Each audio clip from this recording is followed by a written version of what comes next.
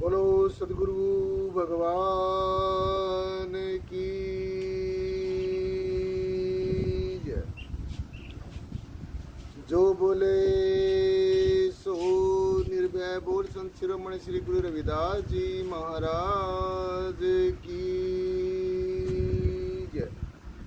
सासंग जी बड़े प्यार और सत्कार के साथ कहना जी जय गुरुदेव धन गुरुदेव। आओ सासंग जी आज की जो ज्ञान चर्चा शुरू करेंगे। आज की ज्ञान चर्चा का जो विषय रहेगा, जो सदगुरु भगवान के परम पूजनीय परम वंदनीय संत शिरोमणि श्री गुरु रविदास जी महाराज की पावन वाणी में जो उन्होंने उनके मुखारविंद से जो निकले गए पावन आशीष वचन है, उनके ऊपर ही विचार करेंगे। सो आज का जो विचार है वो यही है कि क्या चीज़ समाप्त होने वाली है, क्या चीज़ हमेशा रहने वाली है, रचयिता क्या होता है और रचना क्या होती है। आज इसी बात के ऊपर सासंग जी विचार करेंगे। सदगुरु भगवान की पावन वाणी में एक जगह उन्होंने बताया है कि थोथी काया थोथी माया, थोथा हरिबिन जन्म गवाया, थोथा पंडित थोथी वाणी, थोथी हरिबिन सबे कहानी, थोथा मंदिर भोग विलासा, थोथी आण देव की आशा, सच्चा सिमरन नाम सुवासा, मन कर्म वचन कहे रविदासा। तो सासंग जी आज गुरु जी ने इस वाणी में हमें ये संदेश दिया है कि जो संसार का जो दृष्टिमान जगत है, इस अखिल ब्रह्मांड में जो कुछ भी हम अपने चर्म नेत्रों से देख रहे हैं, जो ये पंच भौतिक शरीर है, जो पृथ्वी जलवायु अग्नि और आकाश से मिलकर जो बना है, ये भी सासंग जी समाप्त होने वाला है, फना होने वाला है। इसलिए गुरु जी ने कहा है कि ये जो काया है, ये जो पंच भौतिक शरीर है, ये भी थोथा है, ये भी मरण धर्म है। थोथी काया थोथी माया, और जो ये माया है सासंग जी, जिसके पीछे दंगे होते हैं, फसाद होते हैं, झगड़े होते हैं, ये भी माया थोथी है। सो इसलिए यही माया नहीं है जिसको हम ये पैसा कहते हैं, यही माया नहीं है। ज्ञानतावश जीव इसी को ही माया समझ लेता है।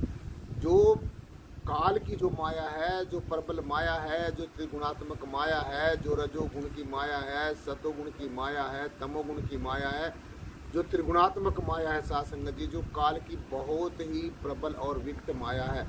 तो इस माया को गुरु जी ने कहा है कि ये भी माया थोथी है। थोथी काया थोथी माया, थोथा हरिबिन जन्म गवाया।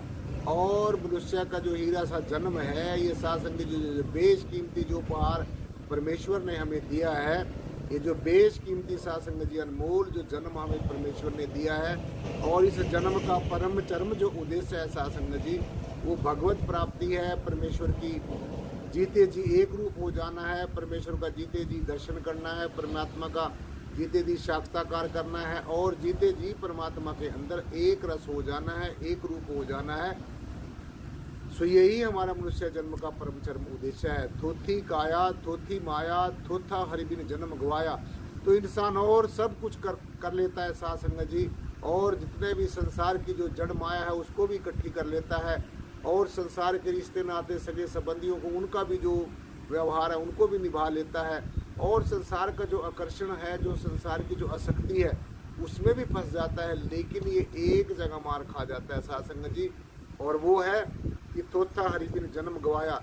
परमेश्वर के नाम के बिना, खुदा की बंदगी के बिना, परमेश्वर की बंदगी के बिना, खुदा की इबादत के बिना, ये हीरा सा जन्म सासंग जी ऐसे ही व्यर्थ हुआ देता है ये जीव। और ये जीवन भी ऐसे न चला जाए जैसे इससे पहले के जीवन चले गए हैं। पहले के जो जन्म हुए हैं, जो इस मनुष्य जन्म में जन्म लेने से पहले, जो इससे पहले जो निम्न जो श्रेणियों में जीवात्मा जाती रही सासंग जी, उनमें ज्ञान नहीं था, विवेक नहीं था। लेकिन इस मनुष्य के अंदर तो ये तो साक्षात पार ब्रह्म है, ये तो साक्षात सगुण स्वरूप है सासंग जी, जो गुरु जी ने बताया है। लेकिन थोथा हरिबिन जन्म गवाया, हरि के नाम के बिना, परमेश्वर की बंदगी के बिना, खुदा की इबादत के बिना, ये हीरा सा जन्म ऐसे ही कौड़ियों के भाव लुट जाता है, और अंततः फिर जो जीव है वो हाथ मलता रह जाता है, और उसके हाथ में फिर कुछ भी नहीं लगता। थोथा हरिबिन जन्म गवाया, थोथा पंडित थोथी वाणी। जितना भी पांडित्य है सासंग जी, जितना भी वेदों शास्त्रों ग्रंथों उपनिषदों पुराणों महापुराणों का पठन पाठन करके जो पंडित्व प्राप्त होता है, जो विद्वता प्राप्त होती है, तो गुरु महाराज कहते हैं कि ये भी थोथा है। क्योंकि ये सिर्फ बातें हैं जो वेदों, शास्त्रों, ग्रंथों, उपनिषदों के आधार पर हैं, लौकिक शब्दों के आधार पर हैं, तो ये भी हमेशा रहने वाली नहीं है। जब तक जीव बोल रहा है, सुन रहा है और जो इंद्रियों से ग्रहण कर रहा है, देख रहा है, ये सब कुछ इंद्रियों का विषय है। तो ये भी सब कुछ जो भी इंद्रियों से ग्रहण किया जाता है वो स्थिर रहने वाला नहीं है। जो प्राप्त होता है साथ संगत जी, वो एक दिन ना एक दिन समाप्त भी जरूर होता है। इसलिए थोथा हरिबिन जन्म गवाया, थोथा पंडित थोथी वाणी, और सबसे विशेष ध्यान करने वाली जो बात है, गुरु जी कहते हैं कि जो ये वाणी है जिसको हम वेदों, शास्त्रों, ग्रंथों, उपनिषदों, पुराणों में पढ़ते हैं, ये भी थोथी है अगर इसके ऊपर विचार ना किया जाए, अगर इन सदगुरुओं के जो आशीष वचन है उनको अपने जीवन में धारण ना किया जाए, अगर उन शब्दों का अनुसरण ना किया जाए, अगर वाणी के ऊपर साथ संगत जी अमल ना किया जाए, अगर सदगुरु के पद चिन्हों के ऊपर ना चला जाए, तो ये वाणी भी सदगुरु भगवान ने थोथी बता दी है।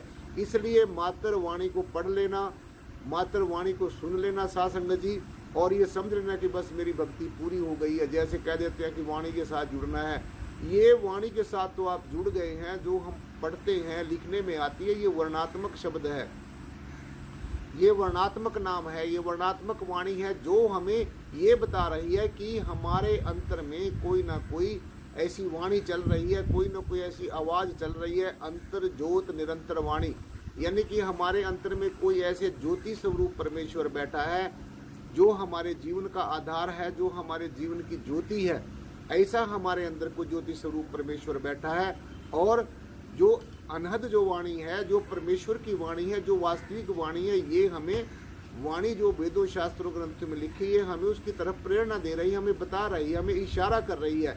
लेकिन अगर हम ये सोचते रहे कि मात्र सिर्फ ये वाणी पढ़ ली है और इसको सुन लिया है और इसी को जीवन बना लिया, यही भक्ति समझ ली है, तो सदगुरु भगवान हमें आगाह करते हैं, सचेत करते हैं कि जो वाणी आपके अंदर में हर समय चल रही है, जो अनाहद शब्द हर समय हो रहा है, जो शब्द धुन हो रही है, इसको सुनना और इसको निरंतर भजन में बैठकर सुनना, यही साथ संगत जी वास्तविक भक्ति है।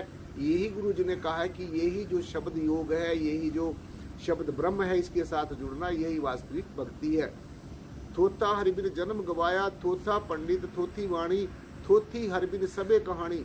और दुनिया की जितनी भी कहावतें हैं, दुनिया की जितनी भी कहानियाँ हैं, दुनिया की जितनी भी बातें हैं, संसार की जितनी भी बातें हैं साथ संगत जी, वो हरि के नाम के बिना, हरि की चर्चा के बिना, हरि के सुमरण के बिना, परमेश्वर की बंदगी के बिना, खुदा की इबादत के बिना, वो सारी की सारी थोथी हैं। थोथा हरिबिन जन्म